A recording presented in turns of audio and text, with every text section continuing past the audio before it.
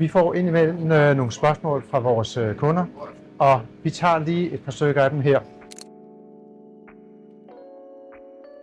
Ja, det har vi. Vi har kager, og vi gør stort ud af, at vi forsøger ikke at have hvedemel i. Vores brød har vi glutenfrit brød, både rugbrød og boller.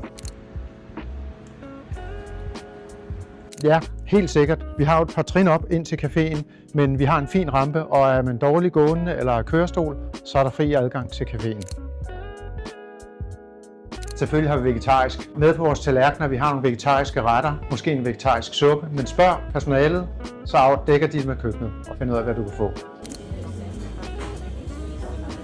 Jamen, du kan vælge mellem minimælk og sødmælk, og så til laktoseintolerante eller andet har vi havredrik og sojadrik med vaniljesmag.